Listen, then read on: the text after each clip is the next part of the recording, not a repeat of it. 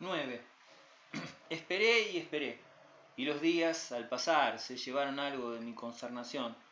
No fue necesario que transcurrieran muchos para que el espectáculo constante de mis discípulos, no presentándose ningún nuevo incidente, difuminara los contornos de atroces fantasías y aún de odiosos recuerdos, como si un cepillo o una esponja hubiese pasado sobre ellos.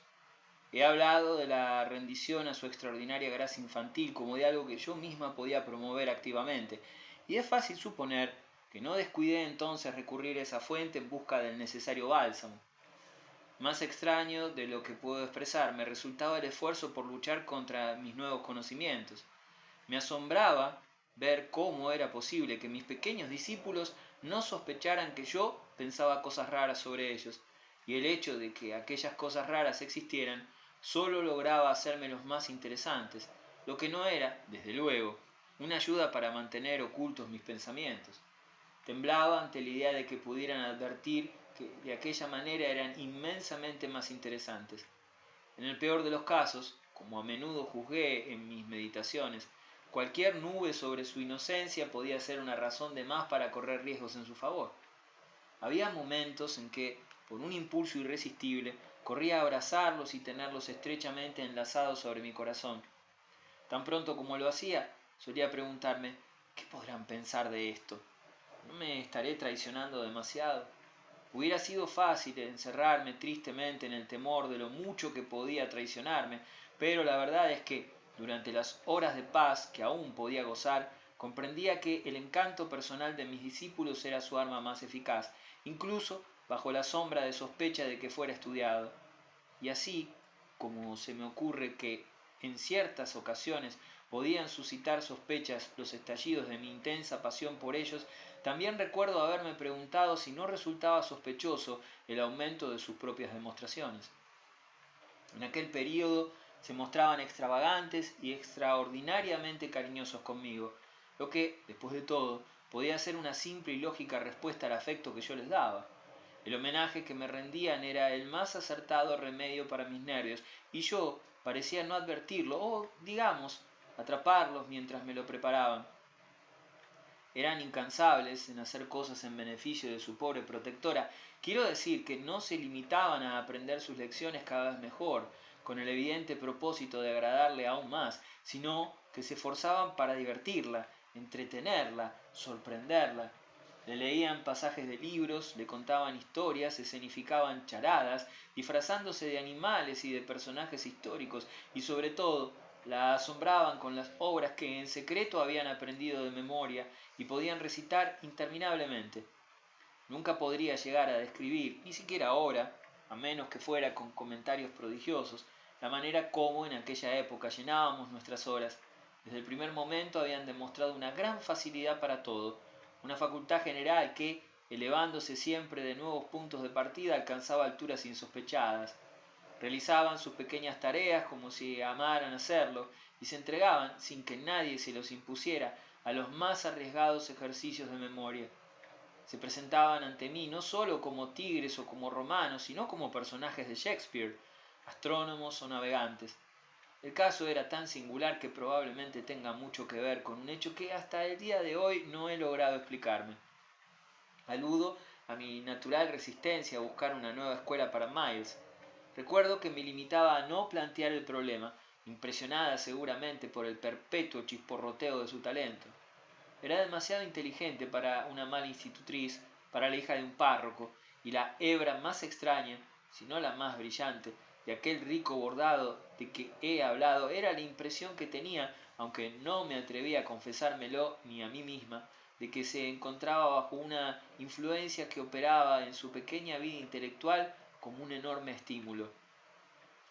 Si bien era fácil determinar entonces que semejante niño podía aplazar su marcha a la escuela, no podía concebirse que un maestro de escuela llegara a expulsar a tal discípulo. Debo añadir que en su compañía, la cual tenía yo mucho cuidado de que fuera casi continua, no podía seguir ningún rastro demasiado lejos. Vivíamos en medio de una atmósfera de amor y de éxito, de música y representaciones teatrales. El talento musical era muy acusado en ambos hermanos, pero sobre todo el mayor tenía una capacidad maravillosa para captar y repetir una melodía.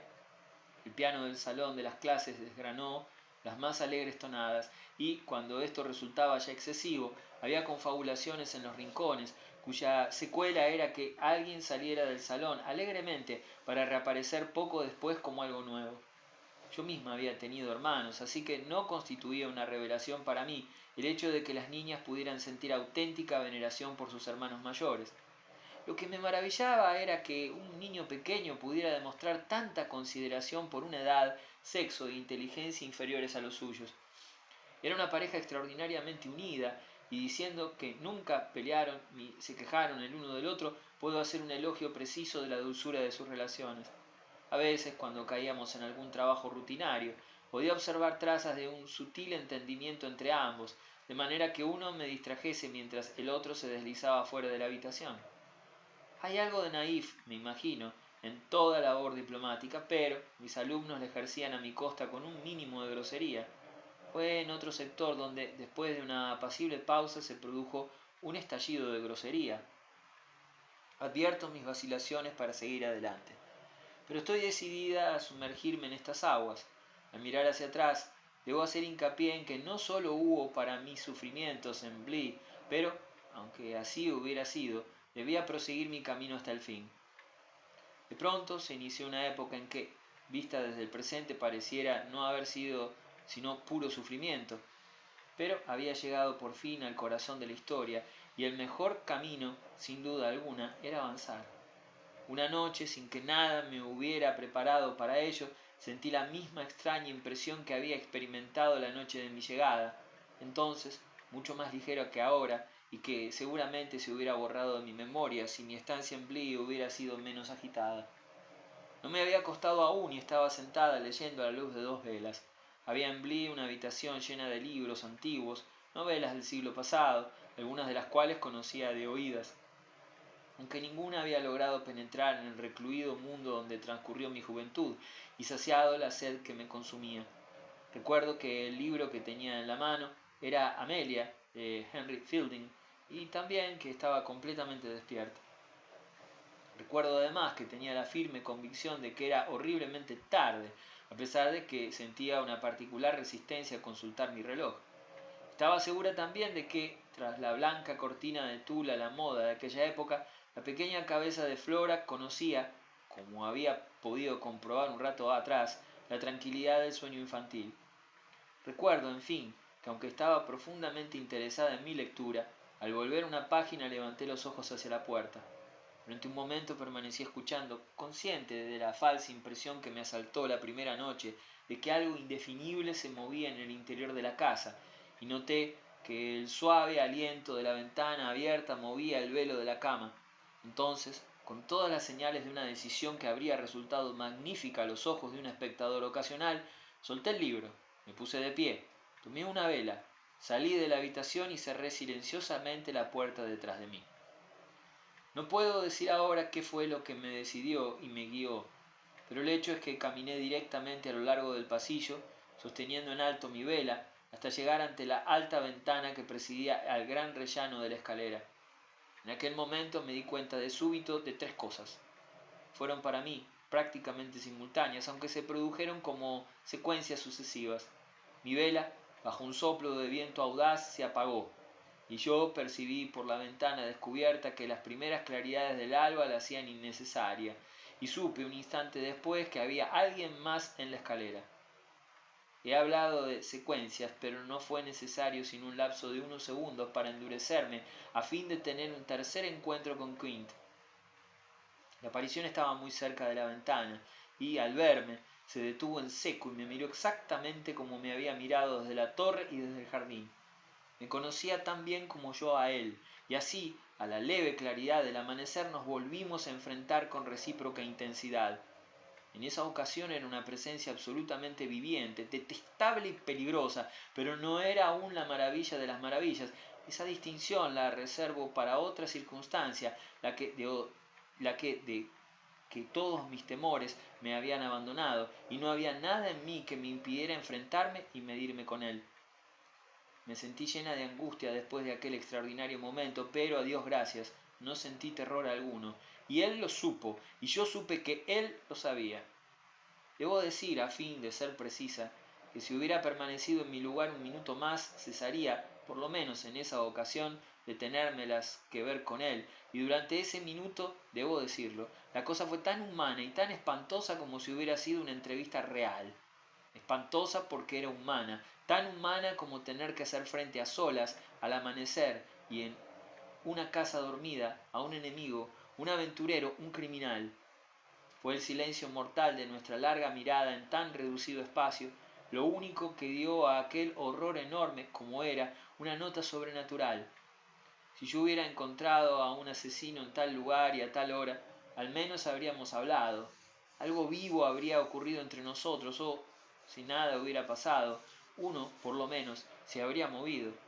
El momento fue tan prolongado que, de haber durado un poco más, yo habría llegado a dudar incluso del hecho de estar viva. No puedo expresar lo que siguió, excepto diciendo que mi propio silencio, que era en realidad una afirmación de mi fuerza, fue el único contexto en que vi desaparecer la figura, en que la vi volverse definitivamente, como hubiese podido ver al vil sujeto a quien una vez perteneció, volverse después de recibir una orden y pasar, con mi mirada fija en su vil espalda, que ningún jorobado podía tener más desfigurada, para luego descender la escalera y perderse en la oscuridad en que el siguiente tramo se perdía. 10. Permanecí un buen rato en el rellano de la escalera, hasta convencerme de un modo definitivo de que el visitante se había marchado. Luego volví a mi dormitorio. Lo primero que me llamó la atención fue ver, a la luz de la vela que había dejado encendida, que la pequeña cama de Flora estaba vacía, y el hecho provocó en mí el terror que 5 minutos antes había sido capaz de resistir. Corrí hacia el lecho donde la había dejado durmiendo y comprobé que la colcha de seda y las sábanas estaban desarregladas y que las blancas cortinas habían sido corridas. Entonces el ruido de mis pisadas, para mi indescriptible alivio, produjo otro como respuesta. Percibí una agitación en la cortina de la ventana y vi que la niña, encaramándose sobre el alféizar, acababa de penetrar en el cuarto. Por un momento permaneció de pie allí y luego se me acercó con gran candor, su camisón corto, los rosados pies descalzos y el resplandor dorado de sus rizos. Estaba intensamente seria y nunca tuve antes tal sentimiento de haber perdido una ventaja ganada anteriormente de modo tan prodigioso como al verla dirigirse a mí con un reproche. «Eres terrible», me dijo. «¿Dónde estabas?» En vez de echarle en cara su propia conducta, me encontré tratando de explicar la mía. Ella también se explicó después con la más encantadora sencillez. De pronto se había dado cuenta de que yo no estaba en la habitación y había salido a buscarme. Me dejé caer en un asiento con la alegría de su recuperación y sintiéndome un poco débil, y ella se encaramó en mis rodillas y apretó su carita contra mi mejilla. La luz de la vela iluminaba aquel pequeño rostro maravilloso, aún con los rubores del sueño, y recuerdo que cerré los ojos por un instante, bostezando conscientemente como bajo los efectos de algo muy bello, iluminado por su propia luz. ¿Me estabas buscando desde el balcón?, le pregunté. ¿Creías que había salido a pasear por el jardín? Bueno, pensé que había alguien afuera, me respondió con la sonrisa más inocente que le hubiera visto hasta entonces. Ah, ¿de qué manera la miré en ese momento? ¿Y vistes a alguien? No, me respondió, y con el privilegio de su inconsecuencia infantil me mostró su resentimiento, aunque fuese en la gran dulzura con que arrastró el monosílabo. En aquel momento, a pesar de la postración nerviosa en que me hallaba, tuve la seguridad de que la niña mentía. Y sí, volví a cerrar los ojos, fue bajo el peso de los 3 o 4 sentidos posibles que aquello podía darse. Uno de ellos me tentó por un instante con tal violencia que, para resistirlo, sacudí a la pequeña con tal violencia que fue asombroso que ella lo resistiera sin un grito o una señal de temor. ¿Por qué no interrogarla allí mismo y extraerle todo de una vez? ¿Por qué no poner a prueba aquella carita encantadora y luminosa? Mira, mira, tú sabes lo que sabes y sospechas ya que yo me he enterado. Por consiguiente, ¿por qué no me lo dices francamente? De modo que al menos podamos vivir con ella juntas y aprender tal vez, a pesar de lo extraño de nuestro destino, dónde estamos y qué significa todo ello. Por desgracia, aquella pregunta no surgió de mis labios. De haberla formulado, tal vez no hubiese tenido que vivirlo. Bueno, ya se verá qué. En vez de sucumbir a la tentación de interrogarla, me puse de pie, miré a la camita de Flora y tomé un ineficaz camino intermedio. ¿Corriste las cortinas para hacerme creer que estabas acostada? Flora meditó unos momentos, luego respondió con su divina sonrisa: No, porque no quería asustarte. Pero sí, según me has dicho, creías que yo había salido. Ella se negó definitivamente a dejarse sorprender. Volvió la mirada hacia la llama de la vela como si la pregunta fuera incongruente o al menos no estuviera dirigida personalmente a ella. Ah, respondió sencillamente, sabía que podías volver en cualquier momento, como lo has hecho, querida. Y al cabo de un rato, cuando Flora había vuelto ya a la cama, me senté a su lado, le tomé una mano y se la estreché para demostrarle que reconocía lo conveniente de mi regreso. Es fácil de imaginar lo que a partir de entonces fueron mis noches. A menudo permanecía sentada hasta no sé qué hora, aprovechaba los momentos en que dormía mi compañera de cuarto para dar silenciosos paseos nocturnos por el corredor, y llegué a prolongarlos hasta el sitio donde había visto por última vez a Quint, pero nunca volví a encontrarle allí, y puedo decir que en ninguna otra ocasión le vi dentro de la casa. Sin embargo, en el rellano de la escalera volví a vivir otra aventura. Mirando hacia abajo, percibí la presencia de una mujer sentada en los peldaños inferiores, dándome la espalda. Tenía el cuerpo semi-encorvado y la cabeza en una actitud de pensar, entre las manos. No había estado yo allí sino un instante cuando se desvaneció sin volverse a mirarme. De todos modos supe qué horrible rostro habría tenido que ver si me lo hubiese mostrado, y me pregunté si, en el caso de estar yo arriba y no abajo, habría tenido el valor que me asistió en mi encuentro con Quint, aunque no me faltaron ocasiones para demostrar si tenía valor o no. 11 noches después de mi último encuentro con aquel caballero, en aquel tiempo yo las contaba una por una, ocurrió un incidente que, por lo inesperado, me impresionó profundamente. Fue precisamente la noche que, cansada de vigilia, sentí que debía volver a acostarme a la hora normal. Me dormí inmediatamente, y según supe después, mi sueño duró hasta cerca de la 1, pero cuando desperté fue para sentarme en la cama tan completamente despierta como si una mano me hubiera sacudido. Había dejado una vela encendida, pero vi que estaba apagada, y tuve la certidumbre de que Flora la había extinguido.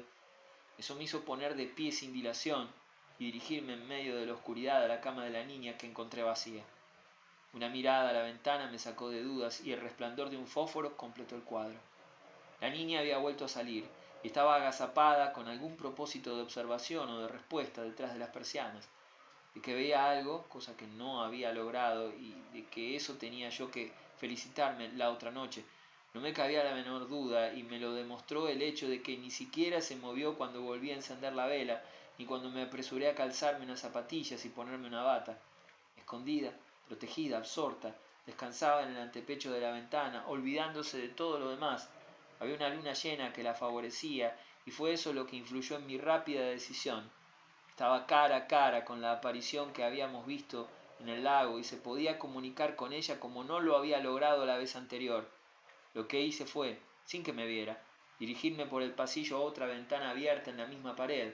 Cuando estuve en la puerta del dormitorio salí, la cerré y permanecí un momento al otro lado para ver si lograba captar algún sonido.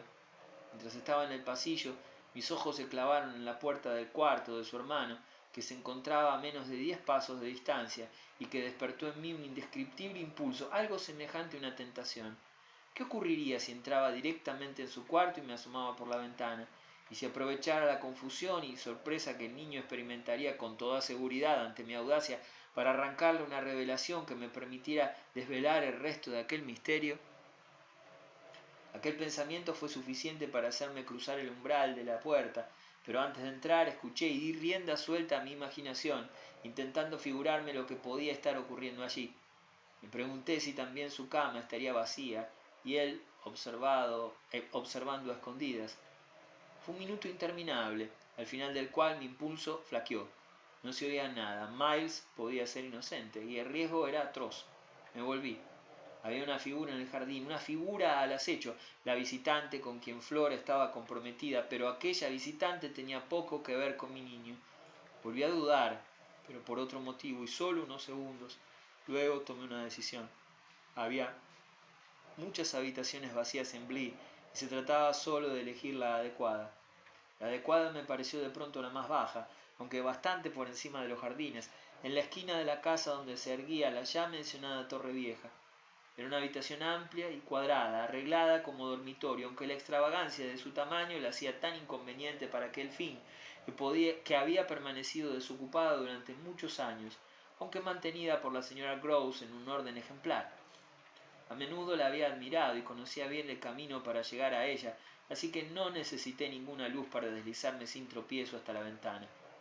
Abrí uno de los postigos sin hacer ruido y, pegando mi rostro al cristal, comprobé que mi elección del lugar había sido acertada.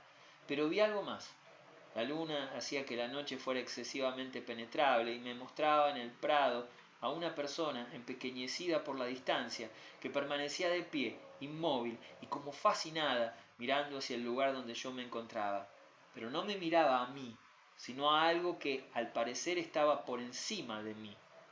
Era evidente que había otra persona arriba, que había una persona en la torre, pero la figura sobre el césped no era de ninguna manera la que yo había imaginado y confiadamente me había apresurado a enfrentar. La figura sobre el césped, me sentí enferma al comprobarlo, era la del pobre, la del pequeño Miles. 11. No fue sino hasta las últimas horas del día siguiente cuando hablé con la señora Grouse. El rigor con que mantenía a mis pupilos al alcance de mi vista hacía difícil que pudiera encontrarme con ella en privado. Además, ambas comprendíamos cada vez mejor la importancia de no provocar ni en los sirvientes ni en los niños cualquier sospecha de una agitación secreta o una discusión sobre tales misterios. En este sentido, confiaba plenamente en mi amiga. Nada en su fresca cara podía transmitir a los demás mis horribles confidencias. Ella me creía, estaba convencida de ello absolutamente. De no haber sido así, no sé qué habría sucedido conmigo, pues sola no hubiera podido soportar la situación, pero ella era un magnífico monumento a la bendita carencia de imaginación, y si no pudiese ver en nuestros pequeños pupilos nada más que belleza y amabilidad, felicidad e inteligencia, no tendría ninguna comunicación directa con los motivos de mi angustia. Si ellos hubieran resultado visiblemente maltrechos o golpeados, la señora Grouse, sin duda alguna, si hubiera crecido moralmente, los habría seguido, habría sido lo suficientemente obcecada como para aliarse con ellos, tal como estaban las cosas, y me daba muy bien cuenta de ello cuando relacionaba a los niños con los robustos brazos blancos de ella, cruzados sobre el pecho, y su aire de seriedad en toda la expresión. Le parecía que había de dar gracias al cielo de que, aunque arruinados, hubiera todavía en ellos piezas que pudieran servir. El agitado viento de la fantasía se transformaba en su mente en un firme calor sin llama, y yo había comenzado a percibir el surgimiento y desarrollo de su convicción, ya que el tiempo pasaba sin que se produjera ningún incidente público, de que, cuando nuestros jóvenes pudieran después de todo cuidar de sí mismos, ella dirigiría su mayor solicitud al triste caso presentado por la institutriz. Decir esto no es sino simplificar la situación. Yo podía comprometerme a que mi rostro no transparentara nada de lo que estaba ocurriendo en la casa, y en aquellas condiciones hubiera sido un inmenso agobio de más el tener que preocuparme de ella. En la ocasión de que ahora hablo, la señora Grouse se reunió conmigo, a petición mía, en la terraza, donde gracias al cambio de estación el sol de la tarde era ahora muy agradable. Nos sentamos juntas mientras, ante nosotras y a cierta distancia, pero al alcance de la voz, los niños corrían de un lado a otro con la magnífica compostura que los caracterizaba. Se movían lentamente, caminando en pareja por el césped. El niño leía en voz alta un libro de cuentos y llevaba a su hermana cogida por la cintura. La señora Grouse los observaba con visible placidez, mas luego capté su ahogado gruñido al volverse hacia mí para que le mostrara el reverso de la medalla. Yo la había convertido en un receptáculo de cosas espeluznantes, pero en su paciencia había un extraño reconocimiento de mi superioridad, mis conocimientos y mi función. Ofrecía su mente a mis revelaciones de la misma manera que, si yo hubiera deseado preparar un brebaje de brujas y se lo hubiera planteado con aplomo, ella habría ido a buscar un caldero limpio.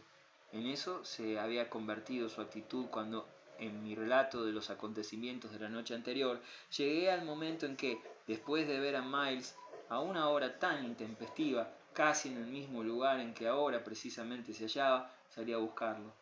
Había decidido ir a su encuentro personalmente, con preferencia a cualquier otro recurso, a fin de no despertar a los sirvientes. Tan pronto como aparecí en la terraza, a la luz de la luna, él se dirigió a mí directamente. Le cogí de la mano sin decir una palabra y lo llevé a través de espacios oscuros hasta la escalera donde Kint lo había buscado con tanta insistencia a lo largo del pasillo, donde yo había escuchado y temblado, hasta llegar a su propia habitación. Durante el trayecto ni un sonido había pasado entre nosotros y yo me preguntaba, ¿cómo me lo preguntaba?, si su pequeño cerebro estaría rumiando algo plausible y no demasiado grotesco. Aquel asunto pondría a prueba su inventiva, ciertamente, y yo sentía esa vez, a cuenta de sus dificultades, una extraña sensación de triunfo. Había caído en una especie de trampa y en adelante no podría fingir inocencia con tanto éxito. ¡Santo cielo! ¿Cómo iba a salir de aquello? Al mismo tiempo me pregunté apasionadamente cómo iba yo misma a salir de todo. Por fin me tendría que enfrentar con todos los riesgos inherentes a la terrible situación. Recuerdo que entramos en su pequeño dormitorio, donde la cama estaba completamente sin deshacer y bañada por la luz de la luna. Había tal claridad que no consideré necesario encender una luz. Recuerdo que repentinamente me dejé caer en el borde de la cama, agobiada por la idea de que él debía de saber hasta qué grado me tenía en sus manos. Podría hacer de mí cuanto quisiera, auxiliado por su asombrosa inteligencia, siempre y cuando yo continuara oponiéndome a la vieja tradición de crímenes impuesta por aquellos guardianes de la infancia que dominaban a mis niños a través de la superstición y el miedo. En efecto, me tenía en sus manos, ya que ¿quién iba a absolverme? ¿Quién consentiría en que yo saliera sin castigo si ante la más ligera insinuación era la primera en introducir en nuestras perfectas relaciones elementos tan horribles? No. Fue inútil intentar hacérselo entender a la señora Groves, de la misma manera que es imposible expresar aquí lo mucho que en nuestro breve y severo encuentro en la oscuridad despertó mi admiración. Por supuesto, me comporté bondadosa y misericordiosamente. Nunca hasta entonces había colocado yo en sus pequeños hombros manos tan tiernas como las que, sentados en la cama y frente al fuego de una chimenea, le puse. Debes decirme ahora toda la verdad. ¿Para qué saliste? ¿Qué hacías en el jardín? Puedo ver todavía su maravillosa sonrisa, el blanco de sus hermosos ojos y el fulgor de sus pequeños dientes, brillando para mí en la penumbra. ¿Podrá comprenderlo si se lo digo? Ante estas palabras sentí que el corazón me saltaba hasta la garganta. ¿Me diría la verdad? No encontré en mis labios ningún sonido para apremiarle y me limité a contestarle con una vaga y repetida mueca afirmativa.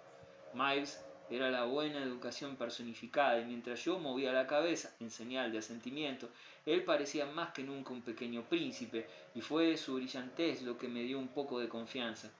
¿Se hubiera mostrado tan desenvuelto en el caso de contarme en efecto toda la verdad? Bueno, concluyó, el caso es que bajé para que usted hiciera precisamente lo que hizo. ¿Para que hiciera qué? Para que, por variar, pensara que soy malo. Jamás olvidaré la dulzura y la alegría con que pronunció aquella palabra, ni cómo, al acabar de decirla, se inclinó hacia adelante y me besó. Era prácticamente el final de todo. Recibí su beso y tuve que efectuar, mientras lo tenía entre mis brazos, un esfuerzo sobrehumano para no echarme a llorar. Me acababa de dar una explicación que me dejaba por entero indefensa y apenas logré balbucir mientras miraba en torno mío. Entonces, ¿no te habías desvestido? Adiviné su sonrisa en la penumbra. No, había estado sentado, leyendo.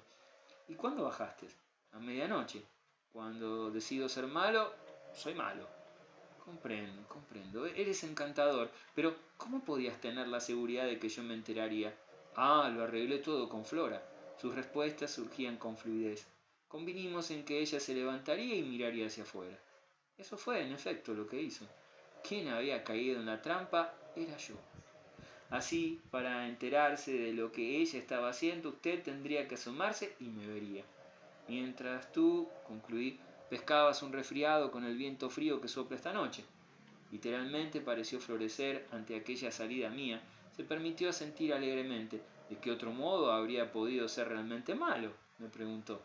Luego, después de otro abrazo, el incidente y nuestra entrevista se cerraron con mi reconocimiento de todas las reservas de bondad que, a cambio de su broma, había logrado extraer de él.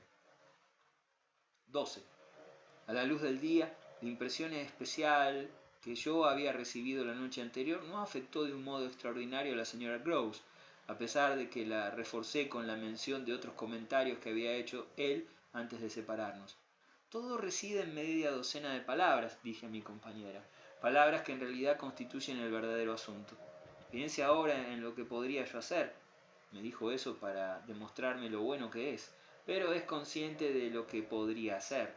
Con toda seguridad en la escuela trató de demostrarlo. Dios mío, ¿cómo cambia usted?, exclamó mi amiga. No cambio, sencillamente expreso lo que pienso. Los cuatro se han estado encontrando constantemente. Si hubiera estado usted con alguno de los niños cualquiera de estas noches, lo habría comprendido claramente. Cuando más he observado y esperado, más lo he sentido así, y para ello me basta recordar el sistemático silencio de ambos. Nunca, ni por casualidad, han aludido a ninguno de sus antiguos amigos, así como tampoco Miles ha aludido a su expulsión. Ah, sí, podemos estar sentadas aquí y mirarlos, y ellos pueden aparecer frente a nosotras, paseando tranquilamente, pero incluso cuando pretenden estar absortos en sus cuentos de hadas, están inmersos en la visión de los muertos que les han sido devueltos. Miles no está leyendo a su hermana, declaré. Están hablando de ellos, se están relatando horrores. Hablo, lo sé, como si estuviera loca, y es una maravilla que no lo esté. Lo que he visto la habría enloquecido a usted, pero a mí solo me ha vuelto más lúcida, me ha hecho comprender otras cosas. Mi lucidez debió de parecerle espantosa, pero las encantadoras criaturas que eran víctimas de ella, al pasar y volver a pasar cariñosamente cogidas de la cintura, fortalecieron en cierta manera a mi colega. Noté lo tensa que estaba cuando, sin agitarse en el torbellino de mi pasión, los observaba atentamente. ¿A qué otras cosas se refiere usted? Bueno, a las cosas que me han deleitado y al mismo tiempo, ahora puedo verlo con absoluta claridad, engañado y desconcertado. Su belleza más que terrenal, su bondad absolutamente fuera de este mundo, continué, no son sino una táctica engañosa, son un fraude. Por parte de estos adorables, sí, de estos adorables niños, sí, por absurdo que parezca.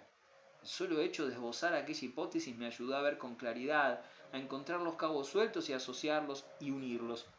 No han sido buenos, lo único que han hecho es estar ausentes. Ha sido fácil convivir con ellos sencillamente porque se han limitado a vivir una vida propia.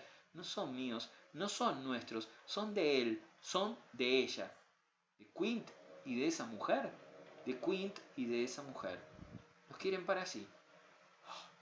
¿Cómo pareció estudiarlos la pobre señora Grouse después de oírme afirmar aquello? Pero, ¿para qué?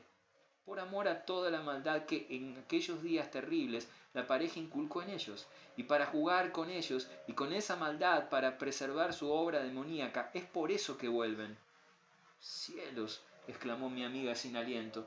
Su exclamación revelaba una completa aceptación de lo que yo deseaba probar, es decir, de lo que había sucedido en la mala época, pues había existido una época peor incluso que la presente. No podía haber mejor justificación para mí que el pleno asentimiento dado por quien los había conocido ante cualquier fondo de depravación concebible en aquella pareja de truhanes.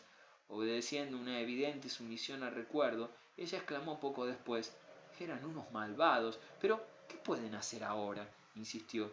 «¿Qué pueden hacer?», inquirí, alzando tanto la voz que Miles y Flora interrumpieron su paseo y se volvieron para mirarnos. «¿No están haciendo ya bastante?», pregunté en un tono más bajo, mientras los niños, tras dirigirnos una sonrisa y enviarnos besos con las manos, reanudaban sus juegos. Nos quedamos en silencio durante un momento. Luego contesté: «Pueden destruirlos». Mi compañera alzó la mirada hacia mí, pero la súplica que leí en ella era una súplica muda y me pedía que fuese más explícita. Todavía no saben cómo, pero lo están intentando. Solo se dejan ver de lejos, en lugares extraños, en lo alto de una torre, en el techo de una casa, frente a las ventanas, en la orilla distante de un estanque, pero hay en ellos una decisión firme de acortar la distancia y superar los obstáculos, y el triunfo de los tentadores es solo cuestión de tiempo. Lo único que tienen que hacer es mantener su peligroso hechizo, para que lo sigan los niños y perezcan en el intento. La señora Grouse se incorporó lentamente y yo añadí con el sentimiento de que era mi obligación hacerlo, a menos que nosotras, por supuesto, podamos evitarlo. La vi de pie ante mí, que permanecía sentada dando vueltas a esa idea. Debería ser su tío quien lo evitara, debería llevárselos de aquí. ¿Y quién se lo avisará? La señora Grouse había mantenido la mirada perdida a lo lejos, pero en ese momento volvió hacia mí un rostro enloquecido. «Usted, señorita, escribiéndole para decirle que la casa está embrujada y sus sobrinos están locos. Pero, ¿y si lo están? ¿Y si también lo estoy yo? ¿Quiere usted decir? Una noticia encantadora para que se la envíe a una institutriz que se comprometió a no importunarlo». La señora Grouse meditó, observando de nuevo a los niños. «Sí, odia que lo molesten. Esa fue la principal razón de que aquellos demonios estuvieran tanto tiempo a su servicio. No lo dudo, aunque su indiferencia debió ser monstruosa, pero como yo no soy un demonio, no estaré mucho tiempo». Mi compañera, al cabo de un instante y por toda respuesta, volvió a sentarse y me tomó del brazo. «Procure que venga a verla». La miré fijamente. ¿A mí? Me invadió un súbito temor ante lo que ella pudiera hacer. Él debería estar aquí, debería ayudar. Me puse de pie rápidamente y pienso que la expresión de mi cara debió de parecerle más rara que nunca. ¿Cree usted que podría pedirle una visita? No, era evidente que no lo creía. En cambio, una mujer lee siempre en otra. Podía ver lo que yo misma veía, su desprecio, su burla, su desdén por mi incapacidad para hacer honor a mi compromiso de no molestarlo y por el ingenioso mecanismo que yo había puesto en marcha para llamar su atención hacia mis modestos encantos. Ella no podía saber, nadie lo sabía, cuán orgullosa me había sentido de poder ser fiel a las condiciones estipuladas. Sin embargo, me pareció que tomaba nota de la advertencia que le dirigí. «Mire, si pierde usted la cabeza hasta el punto de pedirle que venga». La señora Grouse estaba realmente asustada. «¿Qué, señorita? Los abandonaré al instante, a él y a usted». 13. Me resultaba fácil unirme a ellos, pero hablarles me exigía un esfuerzo más allá de mis posibilidades y presentaba, sobre todo cuando estábamos dentro de la casa, dificultades casi insuperables. Esta situación se prolongó por espacio de un mes, con algunos agravantes y sucesos especiales, además de las cada vez más irónicas observaciones de mis discípulos. No se trataba únicamente, y de esto estoy ahora tan segura como lo estaba entonces, de mi infernal imaginación. Era evidente que se daban cuenta de mis dificultades, y aquella extraña relación constituyó, en cierto modo, durante bastante tiempo, la atmósfera en que nos movíamos. No me refiero a que hicieran bromas vulgares, ya que ese peligro era imposible por parte de ellos. A lo que me refiero es que el elemento innombrable, lo intocable, se hizo entre nosotros mayor que ningún otro, y a que esa actitud de evasión no hubiera sido posible de no existir un acuerdo tácito. Era como si continuamente estuviéramos a la vista de temas ante los cuales debíamos detenernos, cerrando rápidamente las puertas que por descuido habíamos abierto. Está visto que todos los caminos conducen a Roma, y había veces en que podríamos habernos sorprendido al comprobar que todas las ramas del estudio o temas de conversación conducían al terreno prohibido. Terreno prohibido, en general, era el tema del retorno de los muertos y, en especial, lo que podría sobrevivir en la memoria de los niños de sus amigos perdidos. Había días en que podía jurar que uno de ellos decía al otro, con un guiño invisible: «Ella cree que esta vez va a poder hacerlo, pero no se atreverá a hacerlo». Hubiera sido, por ejemplo, permitirme alguna referencia directa a la dama que los había preparado contra mí. Ellos, por su parte, mostraban un insaciable y delicioso interés por mi propia historia, que una y otra vez les había relatado. Estaban en posesión de todas y cada una de las cosas que me habían sucedido. Sabían detalladamente la historia de mis más pequeñas aventuras y las de mis hermanos y hermanas, y las del perro y el gato de mi casa, así como muchas particularidades de la naturaleza excéntrica de mi padre, del mobiliario y la decoración de nuestra casa, de los temas de conversación de las viejas de mi pueblo. Había suficientes cosas para charlar si uno sabía hacerlo deprisa y detenerse instintivamente en los puntos delicados. Ellos tiraban con un arte ejemplar de las cuerdas de mi imaginación y mi memoria, y tal vez ninguna otra cosa, cuando después pensé en tales sesiones, me dio tanto la sensación de que estaba siendo observada. En cualquier caso, nuestras conversaciones solo giraban en torno a mi vida, mi pasado y mis amigos, creando un estado de cosas que a veces los conducía, sin que viniera al caso, a glosar anécdotas de mi pasada vida social. Fui invitada, aunque sin que existiera una relación visible, a repetir alguna frase célebre o confirmar detalles ya relatados sobre la inteligencia de la yegua del pastor. Fue en parte debido a estos incidentes, y en parte a otros de distinto orden, que mis apuros, como podría llamarlos, se hicieron mayores. El hecho de que los días transcurrieran para mí sin otra aparición debía contribuir, por lo menos, eso hubiera sido natural, a tranquilizar mis nervios. Desde el sobresalto sufrido aquella segunda noche, provocado por la presencia de una mujer al pie de la escalera, no había vuelto a ver nada, ni en el interior ni fuera de la casa, que hubiese preferido no ver. Había muchos rincones en los que podía esperar encontrarme con Quint, y muchas situaciones que, aunque solo fuera por su carácter siniestro, podían haber favorecido la aparición de la señorita Hessel. El verano había pasado. Se había extinguido y el otoño había caído sobre Bly y apagado la mitad de nuestras luces. El lugar, con su cielo gris y sus hojas amarillentas, semejaba un teatro después de una representación, con los programas arrugados y tirados por el suelo. Existían determinadas situaciones en la atmósfera, condiciones de sonido y inmovilidad, impresiones indecibles que me retrotraían a aquella noche de junio en que vi por primera vez al aire libre a Quint, y también a aquellos otros momentos en que, después de verlo a través de la ventana, lo busqué en vano en la terraza. Reconocía los signos, los portentos, reconocía el momento, el lugar, pero eran señales solitarias y vacías, y yo continuaba sin verme importunada, si esta palabra puede usarse para referirse a una joven cuya sensibilidad se había visto anormalmente agudizada de la manera más extraordinaria. En la conversación con la señora Grouse, al referirme a la horrible escena de Flora junto al lago que tanto había desconcertado a mi amiga, dije que me habría dolido más perder mi poder que conservarlo. Había entonces expresado lo que de manera tan viva estaba en mi mente, la idea de que, fuera que los niños vieran o no, cosa que todavía no estaba entonces de todo comprobada, yo prefería con mucho, para salvaguardarlos, correr el riesgo de ser la única que pudiera ver. Lo que entonces sentí era la maligna convicción de que, tan pronto como mis ojos se cerraran, se abrirían los de ellos. Bueno, pues mis ojos se habían cerrado, al parecer, por el momento. Una circunstancia por la que parecía sacrílego no dar gracias a Dios. Pero existía, por desgracia, una dificultad. Yo le hubiera quedado agradecida con toda mi alma de haber estado convencida de que también los ojos de mis alumnos permanecían cerrados. ¿Cómo puedo volver hoy a todos los pasos de mi obsesión? Había ocasiones en que, estando juntos, hubiera podido jurar que, literalmente, en mi presencia, pero con mis sentidos cerrados para su percepción, ellos recibían visitantes que eran conocidos y bien recibidos.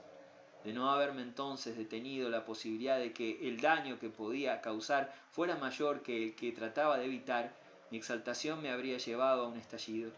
Están aquí, están aquí. ¡Ah, pequeños demonios! Hubiera gritado. Están aquí. Ahora no vais a poder negármelo. Los pequeños demonios lo negaban con una sociabilidad y un afecto cada vez mayores, y al mismo tiempo cada vez más cargados de una ironía semejante al reflejo de un pez en la corriente.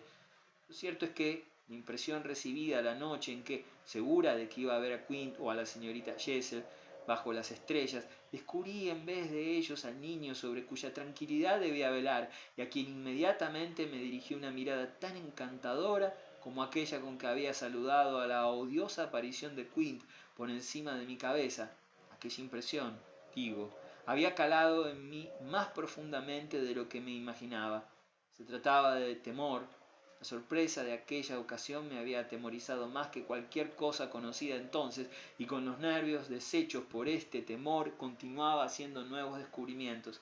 Me sentía tan acosada que, a veces, en los momentos más extraños, comenzaba a ensayar en voz alta, lo cual constituía un alivio fantástico y a la vez una renovada desesperación, el modo en que debía enfocar el tema. A veces me aproximaba a él desde un ángulo y a veces desde otro, encerrada en mi habitación, pero mi valor se derrumbaba siempre que llegaba a pronunciar sus monstruosos nombres. Cuando los sentía asfixiarse en mis labios, me decía que estaba ayudando a los niños a rechazar algo infame, ya que si lo pronunciaba violaba una forma instintiva de delicadeza, tan extraña que seguramente ninguna otra aula escolar había conocido nada semejante. Cuando me decía, ellos han logrado permanecer en silencio y en cambio tú, a cuyo cargo están, cometes la bajeza de hablar. Sentía que el rostro se me cubría de un color carmesí y me llevaba a él las manos para cubrírmelo. Después de aquellas escenas secretas, charlaba más que nunca, volublemente, hasta que tenía lugar uno de nuestros prodigiosos y palpables silencios, o no sé de qué otra manera llamarlos. Eran extraños deslizamientos o zambullidas. ¿Qué término debería emplear? En una inmovilidad, en una absoluta supresión de vida, que nada tenían que ver con las dosis de ruido que podíamos estar haciendo y que yo podía oír a través de una carcajada nerviosa o de un recitado en voz alta o de una más audible melodía extraída del piano. Sabía entonces que los otros, los intrusos, estaban allí. Aunque no eran ángeles, pasaban, como dicen los franceses, haciéndome temblar por el miedo de que dirigiera a sus jóvenes víctimas un mensaje infernal, aún más infernal, o una imagen más vívida que las que habían considerado necesario transmitirme a mí. Lo que resultaba imposible de tolerar era la cruel idea de que, fuesen cuales fueran las cosas que yo había visto, Flora y Miles veían más. Veían cosas terribles e inenarrables, resultado de las atroces relaciones existentes en el pasado. Aquellas cosas producían, como es natural mientras ocurrían, un escalofrío que, vociferando, negábamos sentir, y los tres, a base de repetir la escena, con un entrenamiento admirable, cerrábamos casi automáticamente el incidente con los mismos idénticos movimientos de siempre.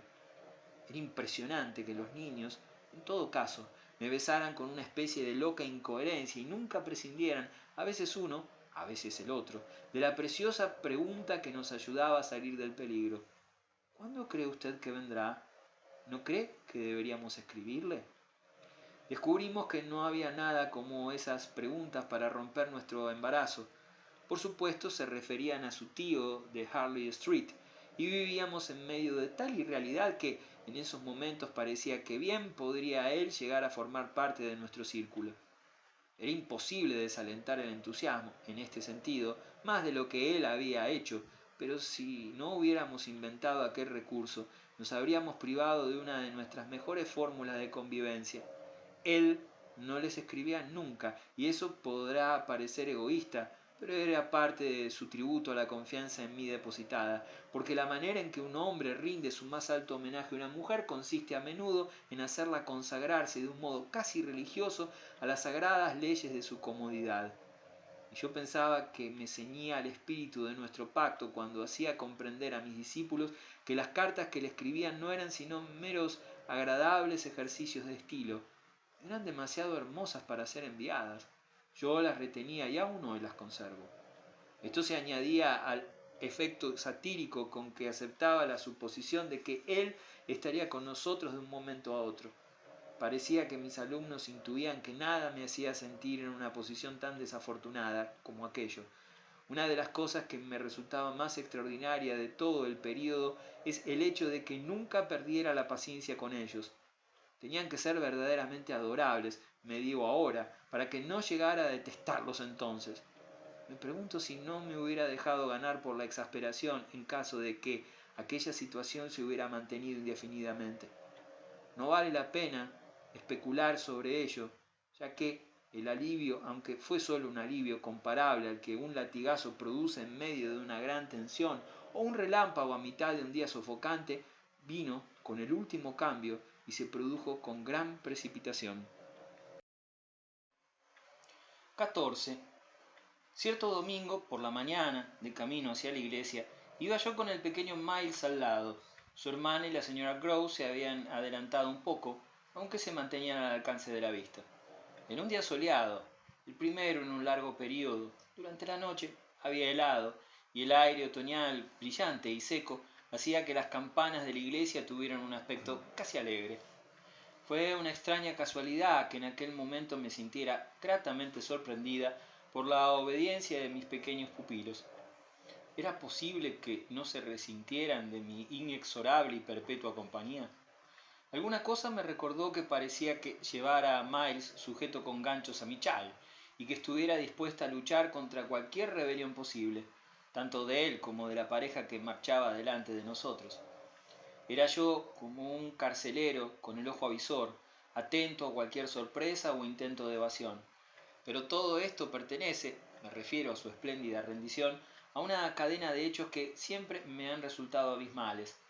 Vestido con un traje de domingo, confeccionado por el sastre de su tío, que tenía mano libre para vestirlo, así como una firme noción de lo que debía ser una chaqueta bien cortada y de aire principesco. El título de Miles a la independencia Los derechos de su sexo y su situación estaban tan estampados en él que si de pronto hubiese exigido la libertad, no habría sabido qué responderle. Estaba, por una extraña casualidad, pensando cómo reaccionaría yo en tal caso, cuando la revolución, inequívocamente, estalló. La llamo revolución porque ahora puedo ver que, con las palabras que pronunció entonces, levantóse la cortina del último acto de mi espantoso drama, y se precipitó la catástrofe.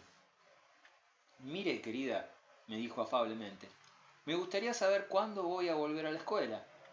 Transcrita aquí, la frase resulta bastante inofensiva, especialmente si se tiene en cuenta el tono amable y casual con que fue pronunciada.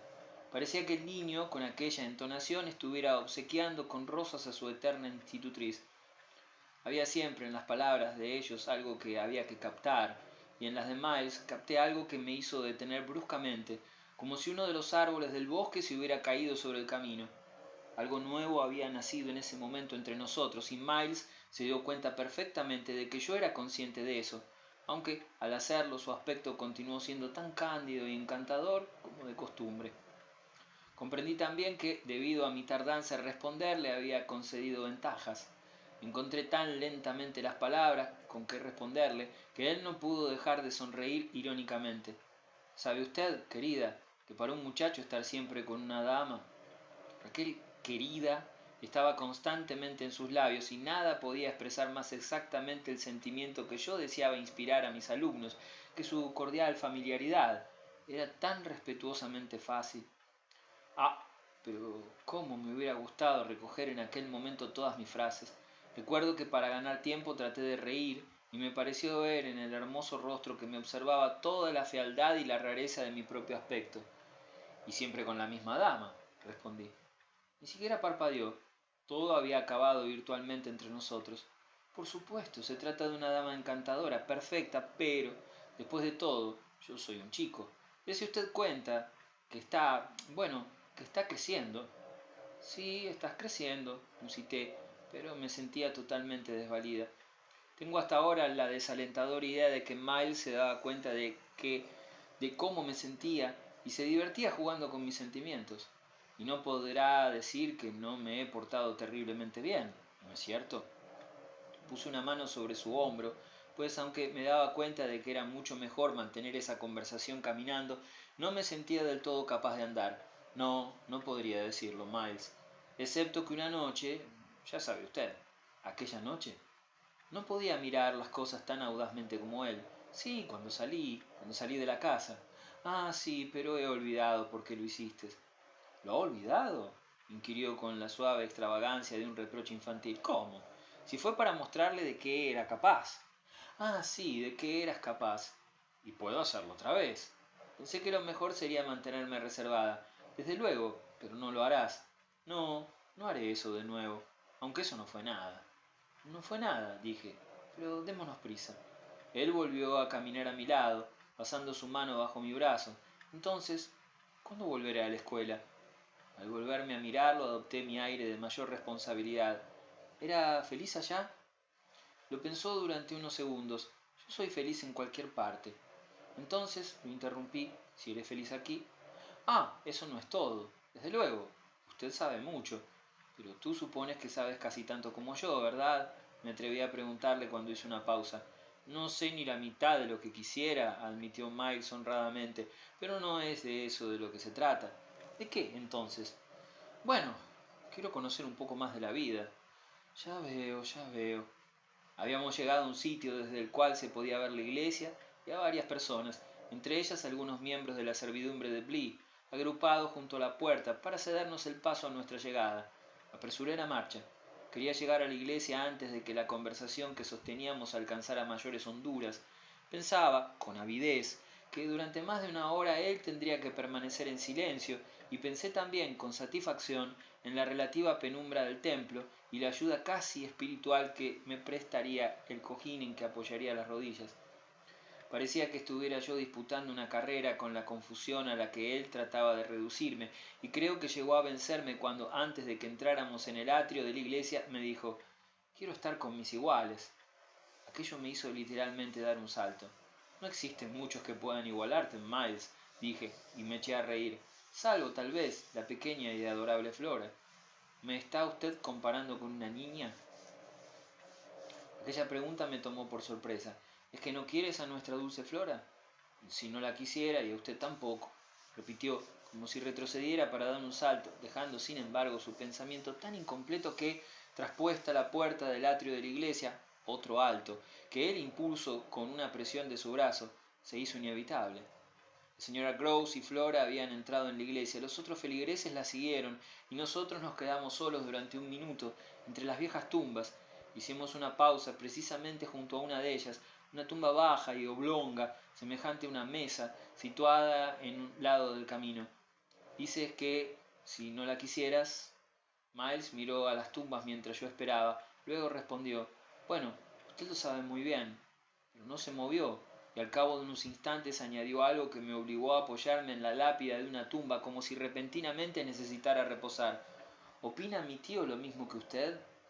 Tardé un poco en responder. ¿Cómo puede saber lo que opino? Ah, bueno, por supuesto que no lo sé. Me sorprende que nunca me lo haya dicho. Lo que ahora quiero saber es si él lo sabe. ¿Si sabe qué, Miles? Bueno, el modo como me educo. Me di cuenta con suficiente rapidez de que no podía responder a esa pregunta de ninguna manera que no implicara un reproche a quien me había empleado. Sin embargo, pensé que era bastante lo que habíamos sacrificado en Blee para que ese hecho resultara perdonable. No creo que a tu tío le importe eso demasiado. Miles se quedó mirando fijamente. ¿Y no cree usted que podría lograrse que le importara? ¿De qué manera? Obligándolo a venir. Pero, ¿quién podría hacerlo venir? Yo lo haré, respondió el niño con extraordinario brío. Me lanzó otra mirada cargada de una extraña expresión y luego entró solo en la iglesia. 15. La cuestión quedó prácticamente establecida desde el momento en que no lo seguí. Resultaba lamentable rendirse a la agitación, pero darme cuenta de ello no sirvió para hacerme recobrar las fuerzas. Me quedé sentada en la tumba y traté de penetrar en el significado de lo que mi joven amigo me había dicho. En cuanto creí entenderlo, me di el pretexto de que sería vergonzoso ofrecer a mis pupilos y al resto de la congregación con mi entrada semejante ejemplo de retraso, pero sobre todo me dije que Miles había logrado obtener algo de mí y que le sacaría partido. No necesitaba más pruebas de su victoria que aquel absurdo colapso que me había cometido. Ahora sabía que había algo que me producía mucho miedo y probablemente lo utilizaría para, siguiendo sus propósitos, obtener más libertad. Mi temor surgía de la necesidad de tratar la intolerable cuestión de la causa de su expulsión, puesto que en realidad de lo que se trataba era de los horrores que se ocultaban tras ella. El que su tío llegara a Blee para tratar conmigo aquel asunto era una solución que, estrictamente hablando, tenía que haber deseado. Pero la idea me horrorizaba tanto, me sentía ya para entonces tan incapaz de soportar la fealdad y lo penoso del asunto que simplemente me limité a darle largas. El niño, para mi mayor amargura, estaba en la posición correcta, y en cualquier momento hubiera podido decirme, o aclara con mi tutor el misterio de esa interrupción en mis estudios, o deja de esperar que siga llevando de buen grado esta vida tan anormal para un muchacho. Lo que me resultaba completamente anormal en aquel muchacho era la repentina revelación de una conciencia del problema y de un plan. Aquello fue lo que realmente me venció, lo que me impidió entrar. Caminé alrededor de la iglesia dudando, vacilando. Me dije que en lo referente a Miles había chocado ya con él sin enmienda posible. Por lo tanto, podía ahorrarme el esfuerzo de permanecer a su lado en el templo. Se sentiría más seguro que nunca cuando me cogiera del brazo y me tuviera sentada allí una hora en estrecho y mudo contacto con su comentario sobre nuestra conversación. Por primera vez desde su llegada quise huir de él, mientras me detenía bajo el alto ventanal que miraba hacia oriente y escuchaba el sonido de las oraciones. Fui sintiendo nacer en mí un impulso que hubiera acabado por dominarme si lo hubiera estimulado un poco. Podía poner fácilmente un fin a mis tribulaciones marchándome de Blee. Esa era mi oportunidad. Nadie me detendría. Lo único que tenía que hacer era dar la vuelta y apresurarme, volver para recoger algunas cosas a la casa, que estaría prácticamente vacía, pues la mayoría de los sirvientes estaban en la iglesia. Nadie, a fin de cuentas, me podría reprochar mi desesperada huida. Tenía una aguda previsión de lo que mis pequeños discípulos, fingiendo una inocente sorpresa, me dirían a la salida. ¿Pero qué ha estado usted haciendo? Es usted una persona verdaderamente terrible. se le ocurre abandonarnos precisamente en la puerta del templo? Nos ha tenido preocupados, sin poder concentrarnos en el oficio religioso. No hubiera podido responder a sus preguntas ni tolerado sus miradas falsamente encantadoras. Sin embargo, tendría que hacerle frente y solo ese pensamiento hizo que el proyecto de huida tomara cuerpo. Cuando me di cuenta ya había cruzado el cementerio y tomado el camino que conducía a Bly. Al llegar a casa estaba completamente decidida a huir. La calma dominical de los alrededores y el mismo edificio en el que no encontré a nadie me infundió la sensación de que aquella era la oportunidad. De ese modo me podría marchar rápidamente, sin una escena, sin una palabra. Sin embargo, tendría que darme prisa y el problema del transporte era la gran dificultad que debía resolver.